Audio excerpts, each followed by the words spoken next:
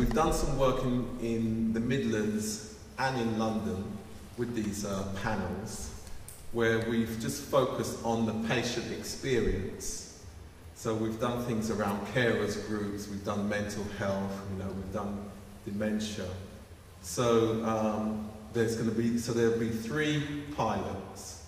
There'll be one in Bradford, one in Birmingham, and one in London North region. And these health and wellbeing panels, and there's an important link obviously with mental health is going to be one of the key sort of areas. Diabetes, obviously cancer is one of those, and you can hear more from Paula. But in terms of those panels, what will happen, they have 4 actual of our key driving themes on those panels for the members of our churches. And it's about, what are your expectations for your local health services? What is your actual experience? What are the needs? And what are your aspirations for the service? And this is the work we've done in the other areas. So we'll be bringing all this together with these health and wellbeing panels, and we do hope to build relationships with the local health watch as a start. But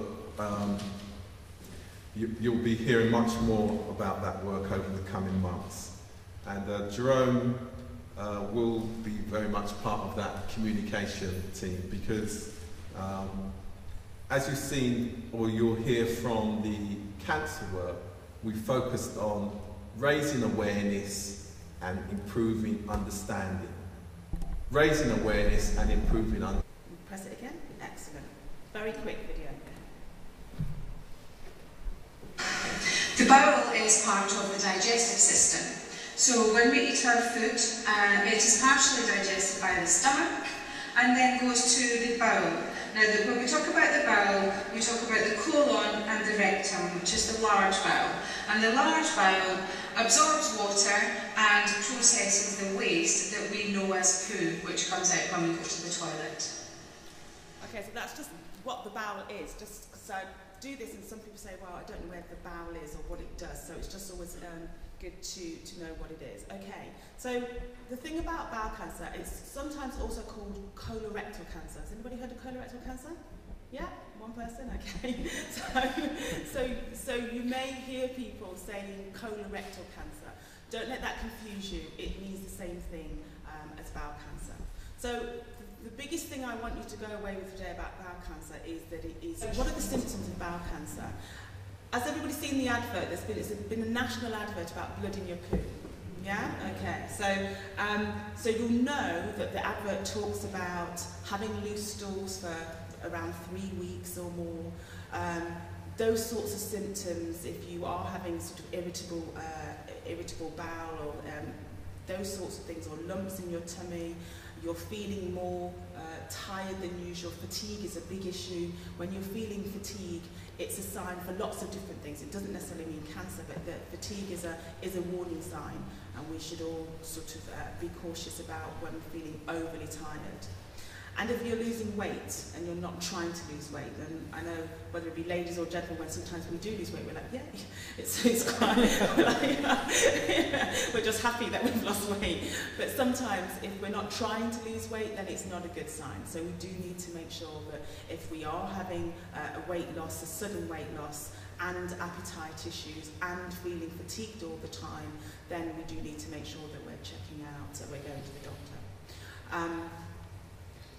Okay, so in England there are 3 national screening programs.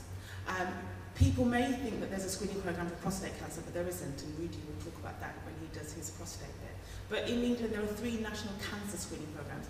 One is a bowel cancer screening program, the other is a cervical screening program, and the other is breast screening. So the bowel screening program is different to the other 2 because you do it yourself. Okay, so that's the biggest thing to know. So kits get sent to your home, and they only get sent to you after you're 60. So on your 60th birthday onwards, you will get sent a bowel screening kit. You may throw it in the bin because you may think that's nasty, not doing it, all the other things that people think. I would urge you, if you have thrown it in the bin, there's a free phone number on there. You can phone it and get another one, because you do need to do it. So if you put it in the bin, it's not a problem. You've got a 12-month window. There's a phone number on there to get another kit. So what do you have to do? You get the kit, and obviously it's about looking at your faeces. So it's not, you know, it's not something that's particularly pleasant. You take a tiny sample, you put it back in the bottom, and you send it back. I have had people that say, "Yeah, I did it." I'm like, "Yeah, could you send it back?" Oh, no. There's no point doing it, and it's sitting there. You're going to do it and send it back. So it seems funny at the time, but actually I know people that this is a big barrier. It's a barrier because they don't want to look at it, they don't want to touch it, and that's a huge barrier. And actually, it's something that is 5 minutes, it could save your life. And I think if you think about it in that context, then it makes it more manageable.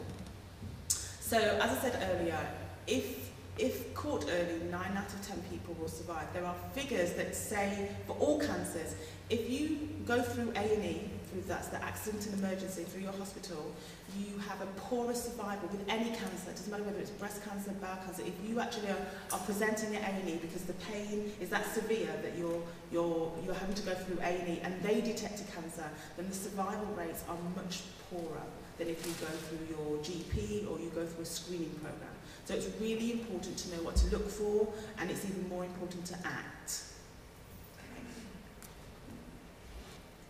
So if you press it again, these are some frequently asked questions. Or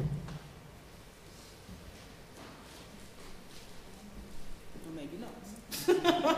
I knew it was all too smooth. Oh, it's not come up. No. Shall I just, I'm going to have a quick...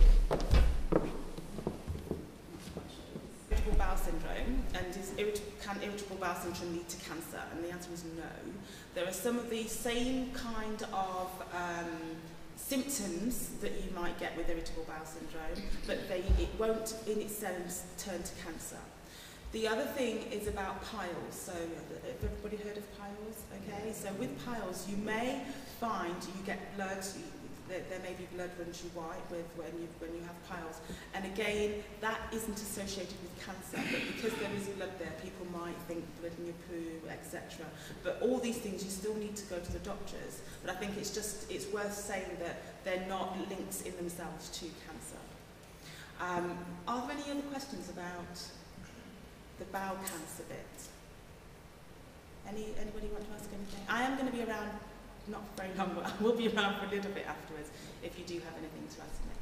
Okay. I'm going to do myeloma before the gentleman lead. Now, the reason I'm doing myeloma and not another common cancer is because as African Caribbean people, we have a 2 times higher incident rate for myeloma than white British people. So although it's a rarer cancer, so it's not part of the common cancer, so you may hear people talk about common cancers for the big 4, which is breast, bowel, lung and prostate. You may hear that. But myeloma is still significant in the black community specifically just because of the higher rates and also in the way it's the type of cancer it is. So I'm assuming that none of my videos are going to work now. But press it again, see if it comes on. No. Oh. Okay. Go to the next one. Okay, so basically with myeloma, has anybody heard of myeloma? Yes. No? Yes? When I do this, people say, oh yeah, I've heard of melanoma. I say, no. Myeloma and melanoma are very different. So melanoma is about skin cancer, it's about the skin, and myeloma is about the bones, it's the bone marrow. So basically with the bone marrow, it's when the cell produces all these antibodies, but actually they're not really useful. They don't do what they're supposed to do. It's like they don't do what is in the tin. They just keep producing, but without the antibody effect. So they don't do what they need to do in the body. And basically, it can affect your immune system.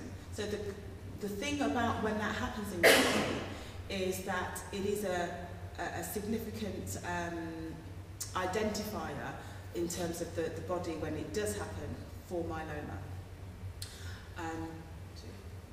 Okay, so myeloma normally occurs in people who are older, so people in their 60s. But we do know in the African Caribbean and African communities it can be lower. And as I said, there's a 2 times higher incident rate in African and African Caribbean people. And we don't know why that is, but there is a higher incident rate. Okay. And there's another video that's clearly not going to work. It may work. The bowel one worked, didn't it? I was like, how's that work? Unfortunately, some of the symptoms for myeloma can be quite vague and can often be associated with general symptoms as we age, for instance. As we get older, we expect to have some aches and pains, and back pain and general bone pain is a common symptom of myeloma. And because myeloma affects the immune system, patients get recurrent infections. So recurrent and chest infections, urinary tract infections are very common in myeloma. And anemia is another factor. So patients who are anemic will be very tired, very pale, maybe short of breath, and will feel very weak. See if the other one works. Maybe not. Any new or increasing symptoms should be reported to your doctor right away. So any recurring infections that aren't going away easily or are coming back again and again, any pain that isn't being managed very effectively, back pain specifically, do go to your doctor. Any tiredness or generally feeling unwell, your doctor may well want to do a blood test to try and identify what's wrong. Okay, so are part and parcel of the cells going wrong with the fatigue and all of that. So if you have, if you've already got renal failure or you've already been staged, have you been staged already? Sorry? Have you been staged already? So you know that you're on the 1 to 4 in terms of your kidney function. No, I've had a transplant. Oh, you've had a transplant. Right, okay. So, sorry. Okay. So basically, in your situation, if there are things that are going wrong that start to go wrong, then that would be a time to have that conversation. It doesn't mean it's cancer, you know. Well, I know from the antidepressants that you take, it can be good. No, absolutely. But it's about once you go for those, once you start the lines of inquiry, there'll be other things that they'll be looking for. So it won't just be the kidney function by itself.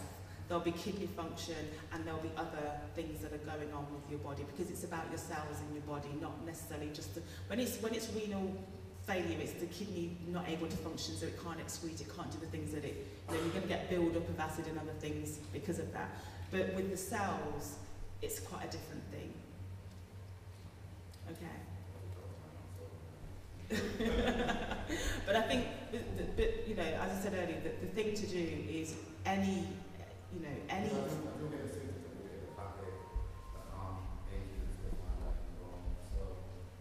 Well, then you do need to go and get that checked out. Yeah. I know. But sometimes, just because you've had it for a long time, doesn't mean that it's, you know, you still need to get it checked out. No, well,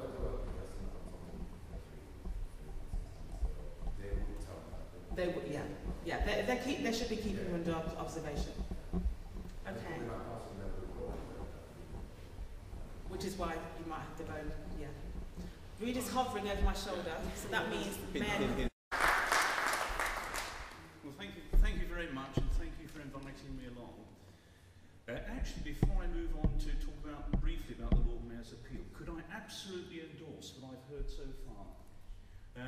I have a very good friend in Baton. He and I played cricket together in the same team for a number of years, and he did the poo test a few months ago. He was feeling perfectly well. He was totally confident that he was okay, and it came back with a positive result. But because they caught it so early, it necessitated relatively minor surgery and relatively minor chemotherapy. And you know, he is now making a very good recovery. So there is this business of early identification and early action, and that's a case I couldn't endorse more strongly what I've heard so far. Moving on to the Lord Mayor's appeal, it is a pleasure for me to be here. Thank you for inviting me. This year's Lord Mayor's appeal, on behalf of Dale Smith, it is called Sprinkling Sunshine. Going back a few years, some of you might be able to recall the Heineken lager advert, claimed to be the lager that could reach the parts that other lagers didn't reach. Well, Dale Smith is seeking to do that through his Lord Mayor's appeal.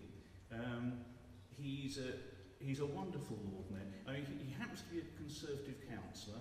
I'm recently retired as a Lib Dem councillor, different party, but I have great delight in working for Dale Smith because he's a superman. He's a superman as well, yeah.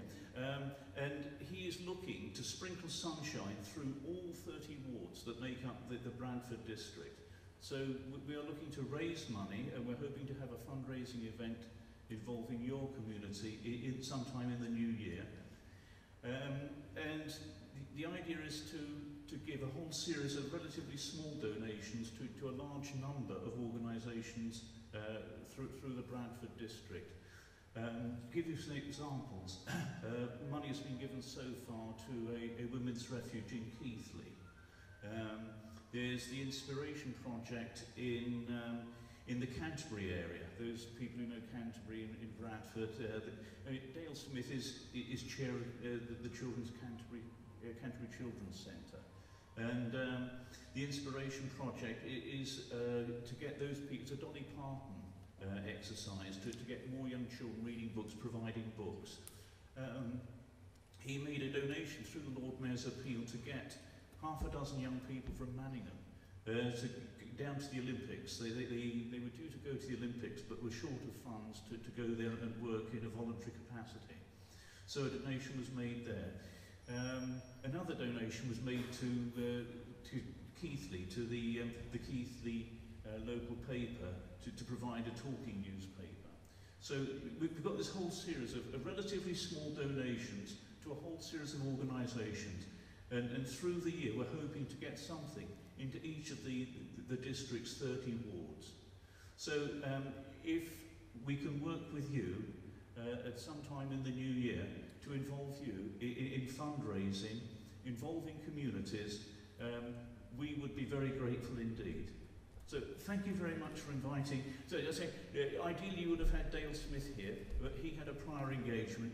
So instead of the organ grinder, you got the monkey. Thank you very much for your time. Now the theme, our overall theme was inspiring peaceful, caring and enterprising neighbourhoods. So the 2 award winners in the new year, there'll be young people who are serving the community and also looking at ways of being entrepreneurial about it. And of course, and when we talk about entrepreneurship, it's not just about money, it's also about the resources and the relationships within your community, the way you work together and the way you serve people as part of your whole community, regardless of their background or their ages. So more information will be coming out about that. And like I say, April the 26th is going to be our main weekend for all of our activities in the new year. So thank you very much for that, John. Thank you. Right, I do understand that you do need to go as well. Yes. Okay. I have to get the Valley Parade. Yeah. Hope you win. Hope you win. Right, okay, so we're going to have a short